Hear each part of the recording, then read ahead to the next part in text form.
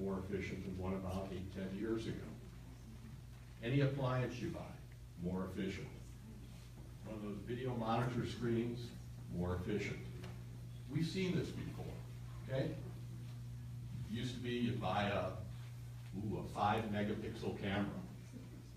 Well, today it's like 35 megapixel, then it's less expensive. We used to have cell phones that, anybody ever have a Motorola flip-top phone? Weren't those fun? They didn't take pictures, they didn't text, you couldn't send an email, you couldn't take a picture here, click, boom, send it to your family. You pull up the antenna, remember those famous words, drop calls? It sort of sounded like you were talking like this through a handkerchief. And it wasn't even 1G service, all right? So if today somebody said to you, remember that Motorola flip-top phone you had a dozen years ago? Get rid of what you have in your pocket or in your purse or in your jacket. Go back to that flip-top phone.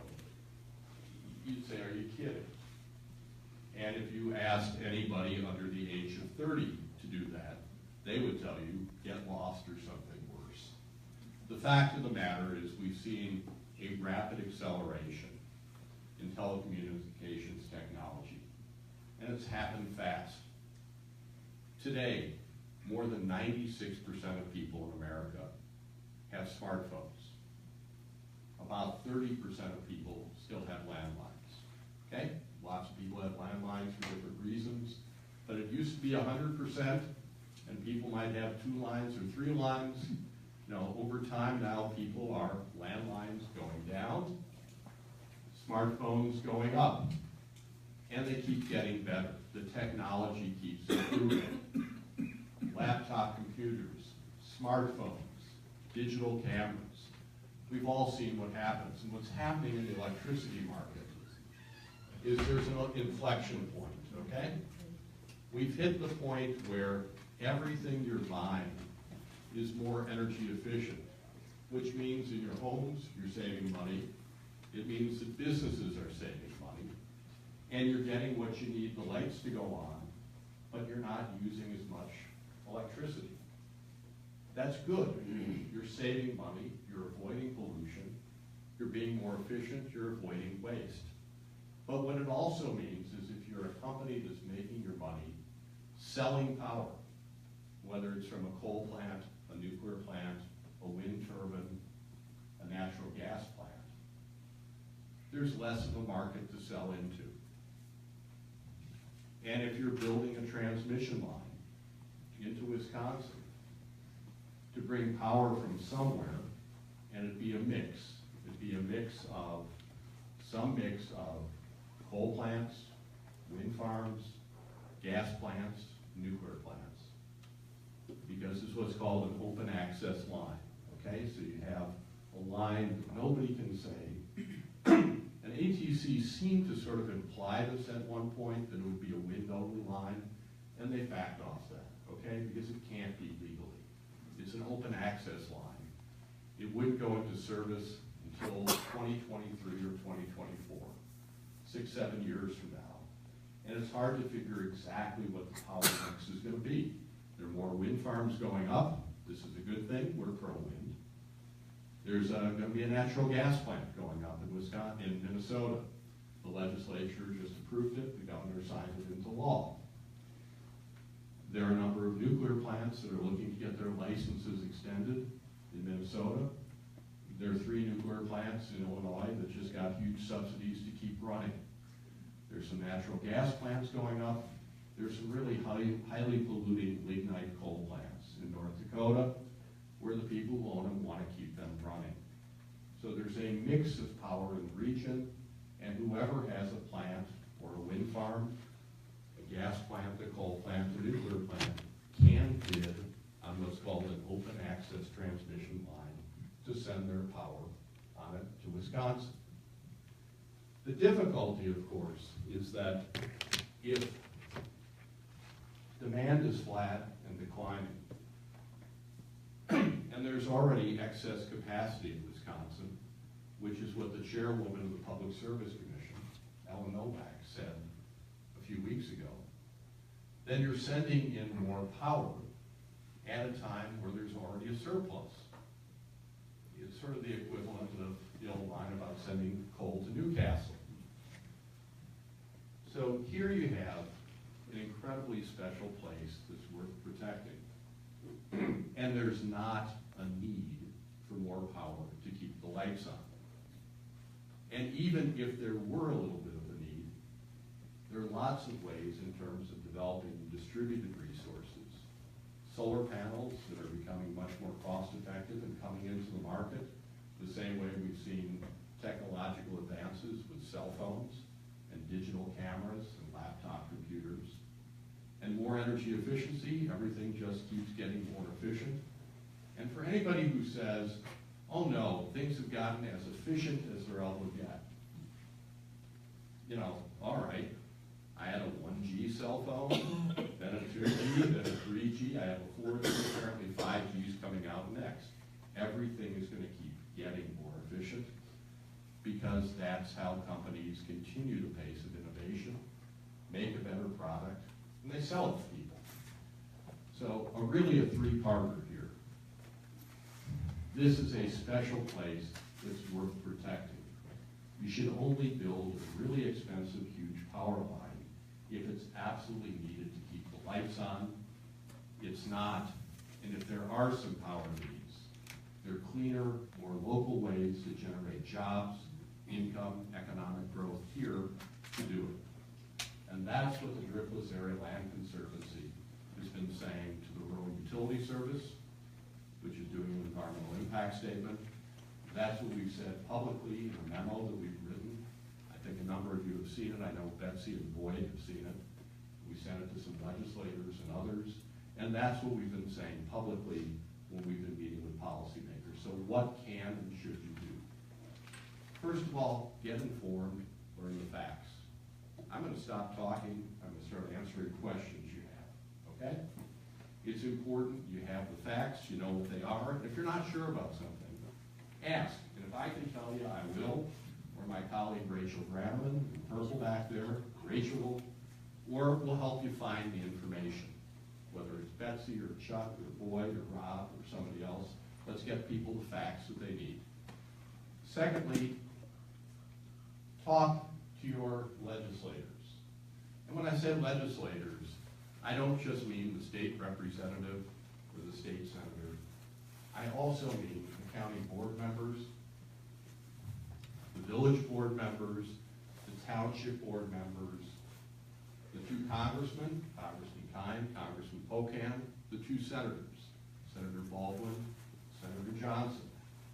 Tell them that you oppose, or as Betsy said at the very beginning, prevent building a massive transmission line of tall towers through the Driftless area. Whereas the sign back there says, or that says no, that says protect, that says no, that says no. Have a clear message. Don't do it. This is an area worth protecting.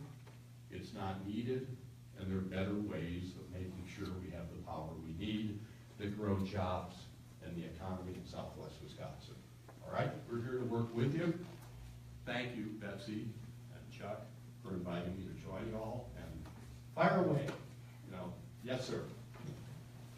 I attended the meeting, as I'm sure many of you did, that ATC held over at the Deer Valley Golf Motel Hotel. And I went in there with, you know, I tried to have an open mind. I'm an environmentalist. I have property close to this proposed transmission line. I'm not in favor of it, but I tried to go in with an open mind.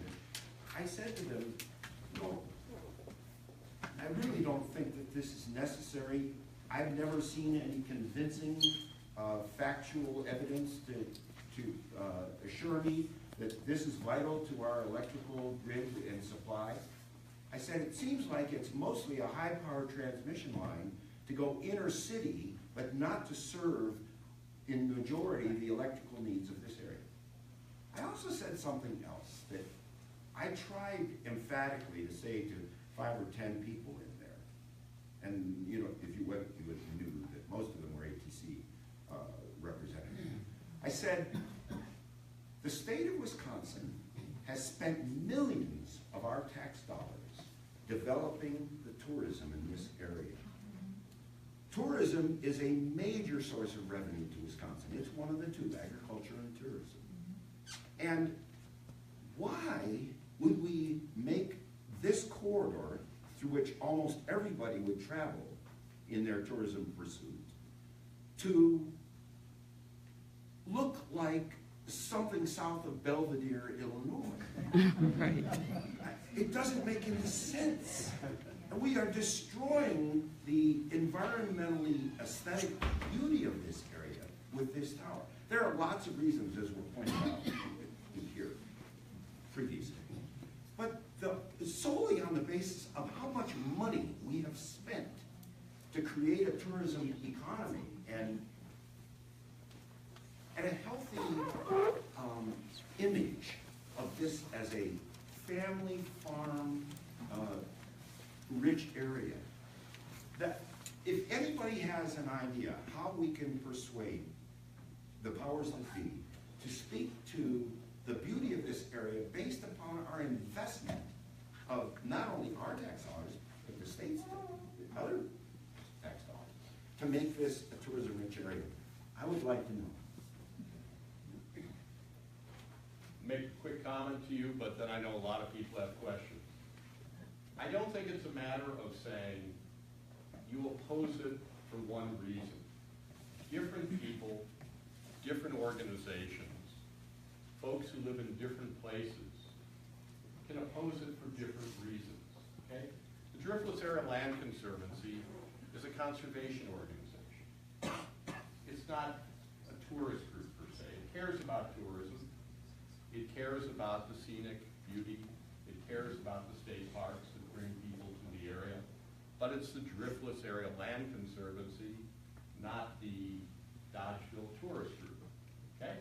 So part of organizing and part of outreach for the Driftless Defenders is to engage different people, different folks in the community who look at this from different ways, who are in businesses that are involved in tourism,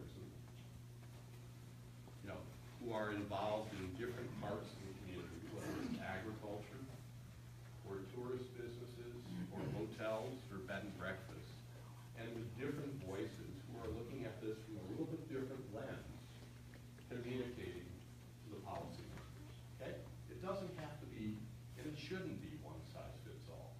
So for example, there were comments filed with the Rural Utility Service from the Driftless Area Land Conservancy that had what you would expect and should expect. It had a heavy conservation piece to it. There was also a set of comments filed by a number of farmers that made a very particular agricultural set of comments and information. That's good. It's not one size fits all. The community isn't all of one voice. The community's many voices that can sort of come together from different perspectives, and that's how you play to win. Yep, Warren, and then we'll just go right back. ATC's purpose for being is to build power lines and to maintain the grid.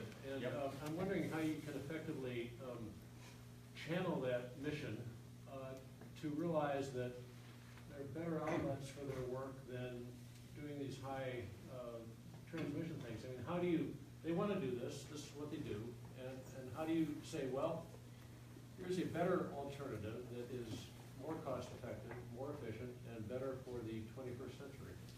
You know, I don't think you can really do that, okay? If you have a company that makes widgets, Chuck's telling me use this, okay? I will. Thank you. If you have a company that makes widgets and the widget market is eroding, they can do one of two things.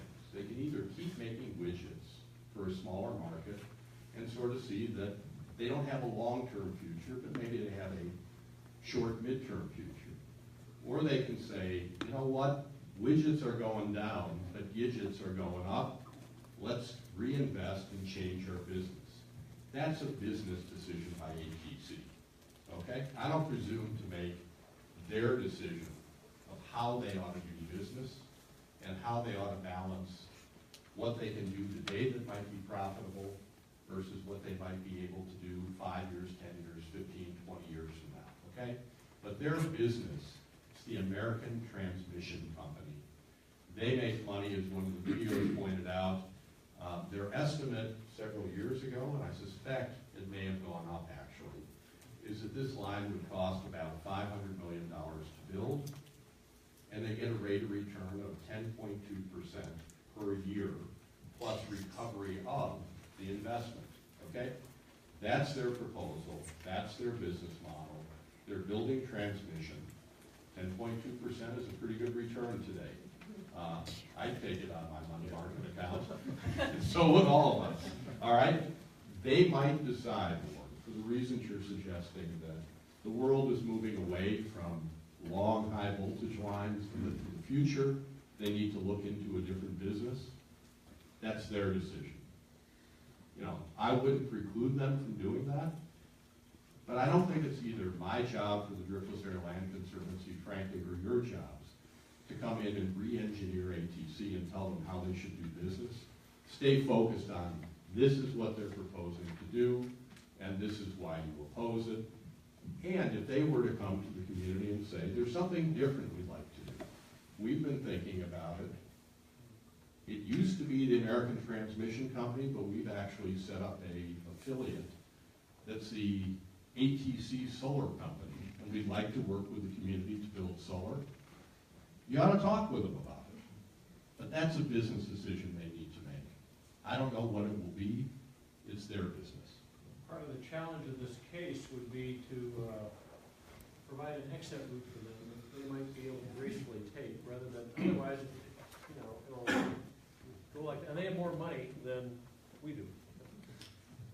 Yeah, but you have more votes than they have. So, I would hope, okay, they've already pushed back the construction date a couple of years. I think they got a message from some of the political leadership of the state, or the Public Service Commission, or DNR, or others that, wait a minute, maybe you need to hit the pause button here and sort of see what's going on. They've already done that once. Now, I would be hopeful that they're looking at the same data on need that we are. It's public data, it's from the utilities.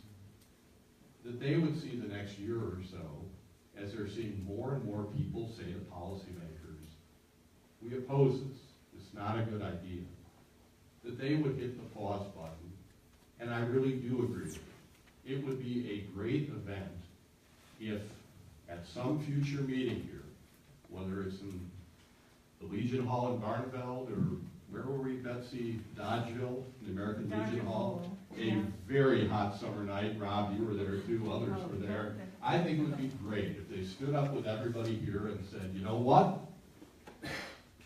We've decided to not go forward. Let them get a really loud round of applause. Not because, yeah, we beat them, but let everybody walk away with an exit strategy, as you're putting it, feeling good about it. It's just a bad idea. And sometimes it just takes a little bit of time for somebody to decide that and hit the pause button and do something a little different. I mean, we all do that in our lives, right? Every decision I've made has not been the right one, and sometimes I just keep going, right? And sometimes you sort of say, well, let me think about this a little bit. You know, I'm going to do something a little different going forward. I hope ATC will reach that conclusion. They'll reach it, or it'll be easier for them to reach it. If they're hearing from a lot of people, we want you to reach that decision. That's how stuff works. We all know that, and that will be a good moment. Hey, Rob, and then man, sorry. I just wanted to make a quick comment. The American Transmission Company has a stakeholder input process. It's an annual process. The first meeting will start in a few days. I'll post it again. But basically, and I guess it would fit under what Howard's saying in terms of the diverse strategy thing, but basically, there are alternatives to building high voltage transmission. It has to do with the lower voltage transmission system and the reliability. And one of the biggest movements that's going on, particularly in Vermont and New York and Connecticut and a few other states right now, is because of the flat growth, we are able to, for the first time, basically look at prolonging the life of existing transmission facilities, supporting them largely with solar facilities that remove the load from the transformers. And to Howard's point that there's no way that we can really engage their business plan, I feel that there is, because we've been attending these meetings and we have been pressuring ATC. ATC wants to spend $5.3 billion on transmission. Those are just construction costs over the next 10 years. $4.8 billion of that is in upgrading low voltage transmission systems, a high percentage of which can be potentially avoided by this using what we call non-transmission alternatives. And I would say that this is just blowing smoke, but on the last meeting of last year, We Energy spoke up and actually supported the fact that ATC should be required by the Public Service Commission to evaluate non-transmission alternatives on these proposed $4.8 billion worth of low voltage systems. The low voltage system and the high voltage system work together very, very closely. In fact, with Cardinal Hickory Creek, there will be a list of low voltage transmission systems that they will say, if you build this overarching transmission line, you will not have to build these lower. And the engineers like Bill Powers simply came back and said, guess what? I can take care of all your potential reliability concerns at these lower voltage systems by installing solar and energy efficiency. So I just want, I mean, there is in the terms of the diverse, in terms of all arguments fit in and everybody's curiosity has a place, I just want to point out that there actually is, that the ATC has been already invited by We Energies to find a better energy plan. Great. Yes, ma'am, you've been patient. I wanted to go back to this gentleman's comments about tourism. I'm really delighted to hear your support for activating, our communication with those folks and getting them riled up about this plan, because I think the bicycle groups and the hiking groups should be very aware of this, and people from Madison who come out for the weekend should be very aware. I'm on the leadership team for the Driftless Defenders. My name is Kate Cooper, and I'd like to talk to you about that afterwards. I'd also wanted to suggest that maybe when people get up and ask a question, that they just say their name and maybe what township they come from, so we get a sense of where people are coming from. I'm in Arena Township, for example. And Chuck convened a meeting, I'm going to say, Chuck, it was about a month ago.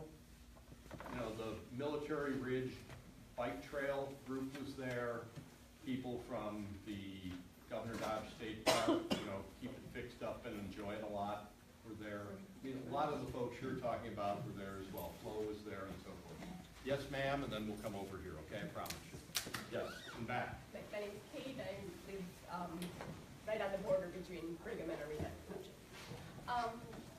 We all kind of know that there's really no need beyond greed involved with this. And I wish I felt more optimistic that ATC is going to, out of the goodness of their heart, feel that this is not the right region for this. But they stand the only people that are going to benefit are ATC folks, and they stand a lot to gain from that. But really, I just have, I guess, two questions about whether we have any options for preventing it. First of all, I wonder, on the tourism idea, a huge number of people who use this region are actually in Illinois. And I don't know that we are a large enough body in this region to fight this battle on our own. And has there been any thought given to spreading the word and getting people who truly love coming up here? They come year after year with their families to Governor Dodge, to the Spring Green area. Can groups elsewhere who use this region and love this region and vacation here generationally, are there people that can get those folks aware of this and involved? So we're not just fighting our own battle here, because way more people than just us here love this place. And then my other question is going to make me play devil's advocate a little bit. I don't want the towers anywhere near here, but I'm trying to avoid NIMBYism. But I know that I know that our odds, or I feel like our odds of stopping this completely, I feel like are pretty low. And at some point, I know at some point, there's just probably gonna be, have to be a decision about which route it is picked. And I feel like, at any point, is anybody really going to make a careful assessment of which area stands the most to lose in terms of environmental degradation, in terms of landowners losing the most? I know when the Badger Coulee towers were being proposed and sought, I know that a lot of groups, at some point, they had to cut bait and just say which route is going to be the most damaging. And, you know, is there a point at which we're going to have to get to that point and really, you know, take hard looks at where, you know, none of us want it, you know? Nobody living on the southern route wants it going through their yard. Nobody in the northern route is going to want it going through their yard. But, you know, which route has the most to lose? And is that going to have to be something that we can still all have solidarity over? I guess I'll give you the Driftless Area Land Conservancy's position on this, which is, if you assume you're going to lose, you're not going to win. Okay? You're never going to win if you start out by assuming you're going to lose. Sure. Spend your time and energy right now playing to win. Don't fight the good fight. Play to win the good fight. Okay? Yeah. Done. I mean, if you start out by saying, we're going to lose, and we're going to have to make these lousy choices, you're not going to win. Okay? This is the hottest area in the more than 20, hottest issue in the more than 20 years that I've lived here. Policymakers, ATC, the Public Service Commission is hearing what you're saying. Ratchet it up. Give them facts. Meet with your elected officials. Tell them, we're here to protect the driftless area, not just the northern route or the southern route, but to protect the driftless area. Make the point you made, Kate, and this gentleman made, and you made about tourism. Get some people who are involved in your point about, you know, whether it's Taliesin or ATC or the bike routes where people come from other states pretty regularly here. Get the tourist folks involved. They know who the folks are who are coming here every year and so forth, but play to win. Is there precedent in other regions of people successfully fending off these lines? Yes. That would make me feel a little more Yes, and yes. Okay. And the same is true with some massive highways. Rachel and I are working on a case involving the proposed Ileana Tollway that would go right through the middle, channel heavy trucks through the middle of the Medeo and National Tallgrass Prairie. 2 federal court judges have now found the environmental impact statement to be legally invalid. 20 newspapers in Illinois, Chicago Tribune, Chicago Sun-Times, State Journal Register, I could go through them all, have said, it's a boondoggle, stop it. And it's gone from being a done deal to the governor saying, right now, we're not going to spend any money on it. They're trying to sort of keep it alive. But it's sort of on a lifeline, all right? There was something called the Prairie Parkway. That was a nice name. It's called by most people the Hastert Highway, named after Denny Hastert. Stopped, done, over. People in Kane County and Kendall County, which are sort of like Iowa County, they're exurbs of Chicago. You know, this side of Iowa County is sort of, you know, relates to Madison when you get down toward Dodgeville, and so it's a little further from Madison. People organized, said this is a bad idea, it's a boondoggle, will help destroy the scenic areas in the community, and it was stopped. Case after case. Some have gone forward. I don't want to sit here and tell you it's 100-0, okay? I can give you a lot of examples of stuff that has gone forward. I can give you a lot of examples of stuff that has been stopped, okay? What's the unifying theme in it? When people say, we're going to play to win, We're gonna be smart about how to do it. We're gonna get the facts together. We're gonna talk to our public officials. We're gonna line up some lawyers because there's some legal forms where you need to play with the law, okay? If you wanna be in front of the Public Service Commission, the price of entry is having good legal representation.